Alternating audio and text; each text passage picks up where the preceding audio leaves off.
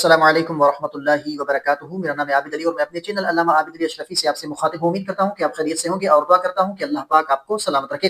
محرم الحرام کا مہینہ شروع ہوتے ہی ہمیں کثرت سے کالے رنگ کا لباس یا کالا امامہ پہنا ہوا نظر آتا ہے اور اس کے ساتھ ہی مجالس اور ماتم کا سلسلہ بھی شروع ہو جاتا ہے۔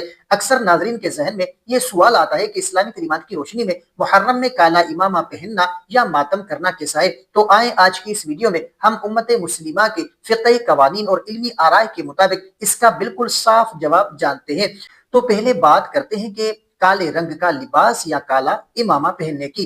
تو اس معاملے میں مختلف مکاتب فکر کا اپنا اپنا نقطہ نظر ہے۔ اہل سنت کے علماء کرام کے مطابق عام دنوں میں کالا امامہ یا کالا لباس پہننا جائز اور رسول اللہ صلی اللہ علیہ وآلہ وسلم کی سنت سے ثابت ہے، کیونکہ آپ نے فتح مکہ کے موقع پر کالا امامہ ذیبتن فرمایا تھا۔ لیکن محرم الحرام کے مہینے میں خاص طور پر سوگ کی نیت سے کالا لباس یا کالا امامہ پہننے کو سنی فقہا پسند نہیں کرتے، کیونکہ اسلام میں کسی بھی وفات پر 3 دن سے زیادہ سوگ منانے کی اجازت نہیں ہے، سوائے بیوہ کے جو 4 مہینے 10 دن عدت میں سوگ مناتی ہے۔ اور دوسری طرف اہل تشیع یعنی شیعہ مکتب فکر کے نزدیک محرم الحرام میں کالا لباس یا کالا امامہ پہننا امام حسین رضی اللہ تعالی عنہ اور شہداء کربلا سے محبت، عقیدت اور ان کے مصائب پر غم کا اظہار ہے، جسے وہ ایک مستحسن اور ثواب کا عمل مانتے ہیں۔ اب آتے ہیں دوسرے اہم نقطے کی طرف، یعنی ماتم کرنا۔ تو جہاں تک اپنے ہاتھوں سے اپنے جسم کو پیٹنے،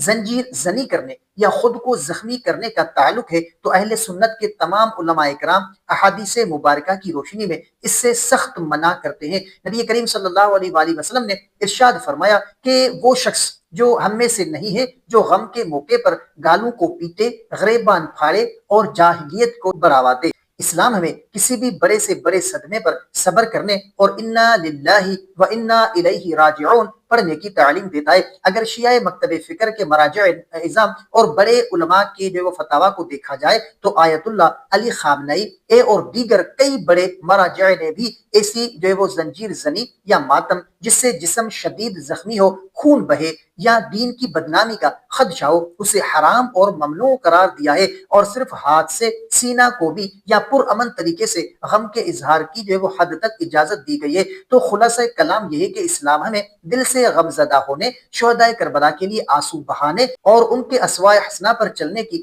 پوری ترغیب دیتا ہے، لیکن غم کے اظہار میں ایسا طریقہ اختیار کرنے سے بچنا چاہیے جو شریعت کے بنیادی احکامات یا انسانی جان کی حرمت کے خلاف ہو۔ تو امید ہے کہ اس ویڈیو سے آپ کو اس حساس موضوع پر ایک متوازن اور واضح علمی جواب مل گیا ہوگا۔ تو ویڈیو کو لائک ضرور کریں اور اپنے پیاروں کے ساتھ، اپنے دوستوں کے ساتھ ویڈیو کو شیئر کریں۔ چینل پر نئے ہیں تو سبسکرائب ضرور کریں۔ اگر آپ کا کوئی ایسا سوال ہے جس کا آپ جواب جاننا چاہتے ہیں یا آپ نے کوئی ایسا خواب دیکھا ہے جس کی آپ تعبیر جاننا چاہتے ہیں تو کمنٹ کر سکتے ہیں۔ انشاءاللہ آپ کو آپ کے سوال کا جواب اور آپ کے خواب کی تعبیر اسلامی تعلیمات کے مطابق آپ کو فراہم کی جائے گی۔ تو ملتے ہیں اگلی ویڈیو میں، تب تک کے لیے اپنا بہت سارا خیال رکھیں اور ہمیں اپنی دعاؤں میں یاد رکھیں۔ السلام علیکم ورحمۃ اللہ وبرکاتہ۔